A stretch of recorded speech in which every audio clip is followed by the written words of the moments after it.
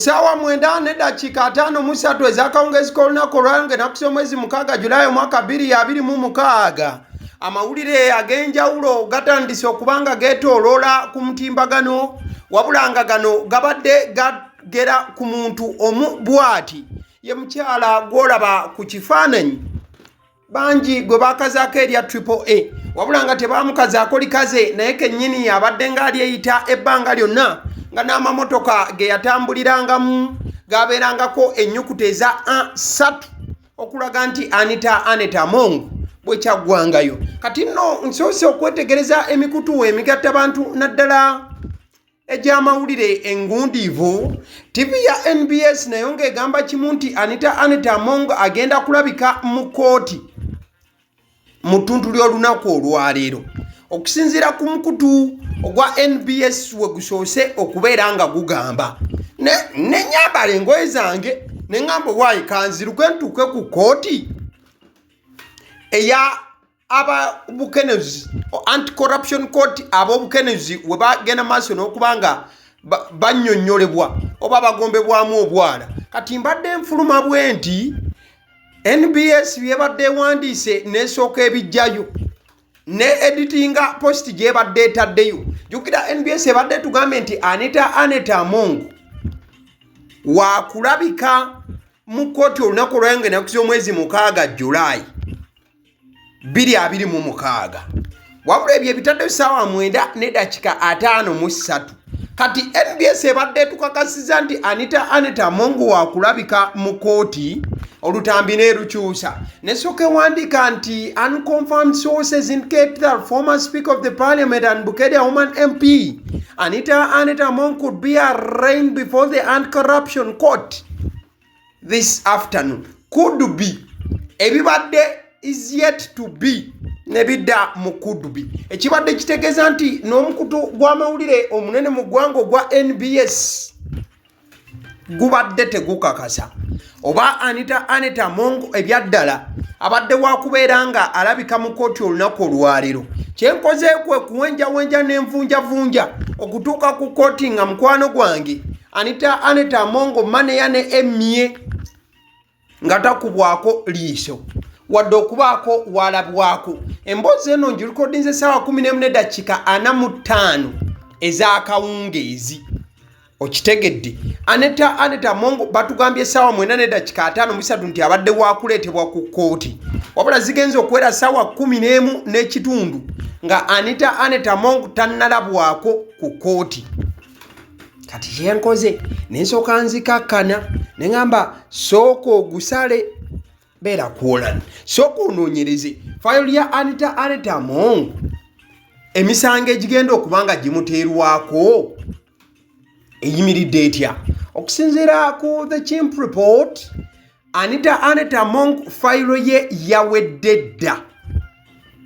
Anita Among fayiro ye ey'emisango gyonna gye yakola yamaze dda okubeera ng'eteekebwateekebwa nga ekisembayo oba ekirindiriddwa kiri ekintu kimu kubeera nga aleetebwa mu kooti. Era fayiro eno bwe yawedde kyonna ekigambibwa kati ekyongera okunnyonnyolebwa kyekyokubeera nti just kadde budde.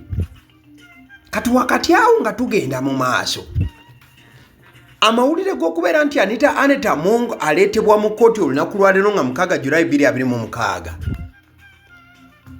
gakasukiddwa just ne gatambula wabula gandi amawulire g'oyinza okugamba agabadde galeeteddwa just kuteekayoko kigere mu nnyanja kwekenneenya.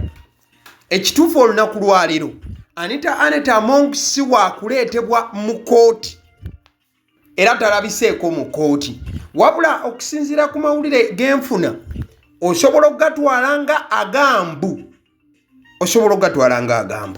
naye nga nze ngakuwadde geg'okubeera nti olunaku lw'enkya olwokubiri ng'ennaku z'omwezi 7 Julai 2026 Right Honorable Anita Among ayali sipiika wa Parliament ey'e11 era nga lumu yalayira nako n'agamba nti Katonda yekka yasobola okumujja mu kifo ekyo kye yalimu eky'obwa sipiika mukwano gwange omukyalo ono yandibanga ddala Katonda yamujjako emikono. Olunaku olw'enkyange nakuza omwezi 7 Julayi 2026 olwokubiri lwasuubirizibwa era okusinziira ku genina ku meeza Anita Annette Among wandimulaba mu kkooti olunaku olw'enkya nga 7 Julayi 2026. So olunaku olwaleero nga bwe gabadde gabungeesebwa wonna ojja kujjukira nti Anita Annette Among gye buvuddeko. In fact ebbanga lyonna lyabadde nga mu parliament nga ye mukulembeze waayo. Eŋŋambo ez'enguzi zaafuuka eŋŋambo z'enguzi.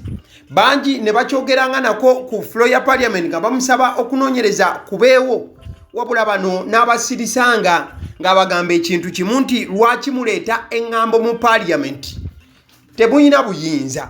Bye mugenda mu maaso n'okubanga mwogerako si bintu bituufu. Njagala okutegeeza nti abanoonyereza okuviira ddala mu office ya kalisoliso wa gavumenti oba giyite okuva mu IGG office Inspector General of Government office eyo wamu ne ba CID babadde nga mukeetaleekerero beetala badde eno badde eri wabula nga kyonna kye bakola kyekyokuba era nga bakola okunoonyereza n'okwongera okuba nga bafuna obubaka obuyinza okuba nga bulumika Anita Annette Among.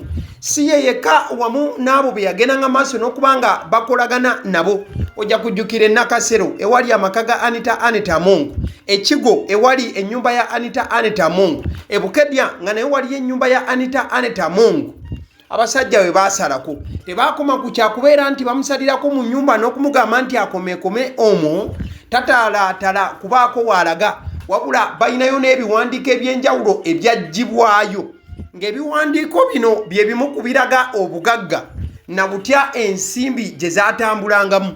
Omwo mwe mwalina okubeera nga emmotoka ye gy'ataatuulamu yadde olunaku olumu, emmotoka ekika kya Rolls Royce banyi mugiyita Rolls Royce eyali ebalirirwamu obuwumbi 3 kumpi nga bukunukkiriza kugenda mbuna.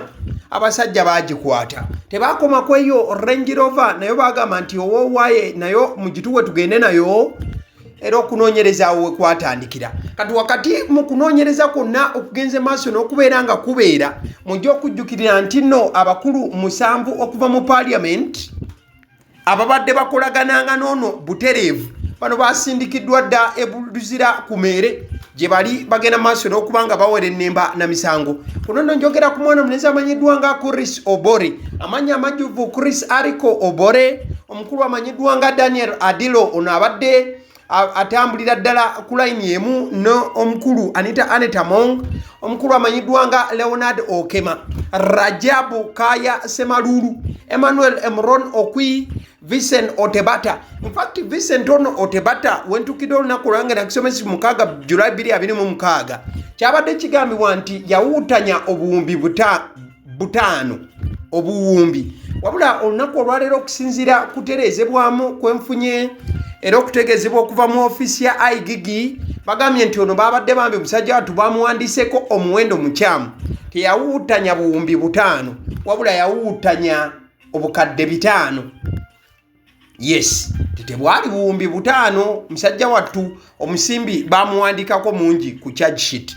Kati waliwo n'omulala amanyiddwa nga Methods Mureibe, bonna basimbibwa mu kooti eya the Anti-Corruption Court era nga eyo yesuubirwa n'okubeera nti Anita Annette Among eyo yennyini we walabye bali wabagenda okuba nga bamuleeta. Bano nno bateereddwako emisango gy'okubeera nti bakozesa parliament laws wamu ne gavumenti wakati w'omwaka gwa 2023 ne 2026 era nga bano bagambye nti byonna babikola wansi w'obulabirizi bwa Anita Annette Among. Kati bino byonna nga bikyagenda mu maaso, abakulembeze okuva etteesa eyo baavuddeyo ne basaba President Yoweri Kaguta Museveni wamu ne General Muhoozi Kainerugaba nti bafunemuko ku kisa ku mitima gyabwe babeeko engeri gye baddiramu Anita Annette Among ono afazaali ateebwe agenda afune obujjanjabi. Kati sooka owulirize okusinziira nze nga bwe neetegereza abantu olunaku olwaleero ebibadde byogerwa na biki ebibadde bitunulirwa wakati nga Anita Among aletebwa mu kooti naddala olunaku olw'enkya bwe kisuubira ekintu ekigenda okubeera ekyenkyukakyuka ey'amaanyi ennyo naddala mu kulwanyisa obuli bw'enguzi mu ggwanga olw'ensonga nti n'abandi agadde ogirya oba naalaba kino ate bagenda kwongerera ddala okubanga batya. Ne kankujjukizeeko obadde okimanyi nti Anita Among oyo we yabeerera sipiika wa paaliyamenti ey'11 mu maka ge yakyazaamuko paaliyamenti yonna ababaka ba paaliyamenti bonna okimanyi bagendakokko ewakaawe almost paaliyamenti yonna yabayita ate ne bagenda naye nga jjukira yali just speaker ne bonna baalinnya ne bagenda ewakaawe era bonna be yali ayise tewali n'omu yagaana kugenda. Infact omukyalo ono yategekanga enkuŋŋaana oba okusisinkana ababaka ab'enjawulo wabula bonna bajjanga mu ssanyu ery'ekika ekya waggulu. Infact yali ahostinzeeko ne pulezidenti w'eggwanga ewuwe mu mambuka eyo oba ebukedya mukadde ke kamu n'okuhostingako generaali. Kati omuntu eyali ahostinzeeko pulezidenti w'eggwanga ebiseera ebisinga bangi bamutunuliranga omuntu ow'amaanyi ennyo ali ku ssa nti tasobola kubanga akwatibwako. Ebiseera bye yabeerera mu paaliyamenti awo alina ne be yagambanga nti yogera kasasiro wo wonaamaliriza ng'oŋŋamba. Ekintu ekyali kiraga nti yali mukyala w'amaanyi nnyo nnyini ddala. Infact buli muntu abamu abayogeranga nti paaliyamenti erimu enguzi abo yabagambanga n'obbagamba nti ebyo bye boogerako bali ku nonsense era yabagambanga nti tebattattana linnya lya paaliyamenti. Kati bino byonna nga biri mu kugenda mu maaso wakati ng'akadde obudde butandise okudda ku bunnaabo ate abakulu okuva etteeso bavuddeyo ne basaba nga bagamba nti Anita Among ateebwe oba aweebwemu ku kisa asobole okugenda abeeko emirimu emirala asobole okubeera nti atwalibwa ebweru w'eggwanga wakati nga takyalina mirimu mirala gy'asobola kukola agenda afune obujjanjabi. Kati wakati nga okusaba kuno kukoleddwa ne ba MPs era abava sayidi eyo Bukedi sub-region wonna ekibuuzo kiri kimu ddala Anita Among kiba kituufu okuweebwa ekisonyiwo wakati nga abantu abalala bangi abakyavundira mu makomera nga babaddeyo emyaka n'emyaka nga n'abamu tebannaba kubeera nti basingisibwa misango. Osobola okwogera ku Dr. Kizza Besigye, osobola okwogera ku ba NUP abamazeeyo emyaka n'emyaka n'abalala abakwatibwa abamu ku nsonga z'ebyobufuzi n'ebintu ebigwa mu kkowe eryo. Ddala okusonyibwa kwa Anita Among olaba nga kusobola okumuweebwa wakati nga waliyo ababaddeyo ebbanga n'ebbanga ng'ekyokusonyibwa tekisinyizibwangako oba ddala tekisoboka nga ddala ekyokusibwa kwa Anita Among olunaava mu kooti tewajja kuba kusaaga yadde okuddirizaamu eddakiika. Sobola kubanga owandika mu comment section ki kyolowooza. Ale nzikiriza nkutegeeze ku bannaffe aba Honey Bites bagamba nti bo omulimu gwe bakola gwa kukolera byakulya eby'abaana abadda ku masomero. Bwe tugamba abaana abadda ku masomero saabo bokka abadda ku masomero wabula n'ababeera ewaka balina package ey'ebyokulya eby'abaana mu line efaananako bw'etyo. Gwe bakubire bukubizi obagambe njagala package y'ebyokulya by'abaana abali ku masomero oba abaana abalya ebyokulya. Balina ebyokulya yogera ku daddies, yogera ku binyeebwa, amawogola, yogera ku bagiya, yogera ku cupcakes, yogera ku donuts. Osobola okubafuna ku 0709 787508 ate era mukadde ke kamu bw'oba oyagala ku pizza size yonna era namba y'emu ate era mukadde ke kamu bakola ne cake eza buli mukolo babayita aba Honey Bites. Njagala n'okutegeeza ku bannaffe aba Alson Painters UG bano basiizi balangi era nga balina obukugu mu kusiiga langi era bamanyi ne langi ki egenda ku kizimbe kyo era mu ruumu ki. Tebasobola kuddira langi yandigenze mu kisenge ate ne bagisiiga mu ddiiro ey'omu dining ne bagisiiga mu kinaabiro. Nedda, Alson Painters UG omulimu gw'okusiiga langi bagukugukira ddala. Basiiga ebizimbe okuviira ddala ku ruumu emu paka ku makalina n'amakalina gwe bakubira ebukubizo bagambe nti Alson Painters UG namaliriza okuzimba ekizimbe kyange. In fact ne bw'oba olina ekizimbe nga kikadde nga olaba langi yaakyo efaanana si bulungi, Alson Painters UG bazze kugonjoola nsonga eno. Bakubire ku 0705 1936 be bannaffe aba Alson Painters UG. Aba Sedi Omusunsuzi ly'erinnya eryange yenze aba Sedi Omusunsuzi.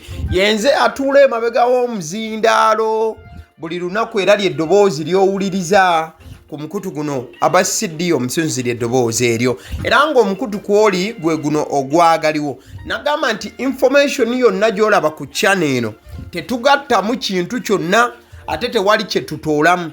Information nga bw'eba eyingiddewo ffe bwe tugikwata ne tugikuwa. Kati gwe omulabi n'osalawo ki eky'okukozesa information eyo. Kati ky'ogenda okukola mukwano gwange bw'oba omaliriza okulaba vidiyo eno, likinga, commentinga ki ky'olowooza, mukadde ke kamu subscribinga bw'oba nga omukutu guno oli mupya, ate era mukadde ke kamu sharingira mikwano gyo girabe vidiyo eno ate ne videos endala ku mukutu guno. Agaliwo YouTube channel mwebale kutulaba.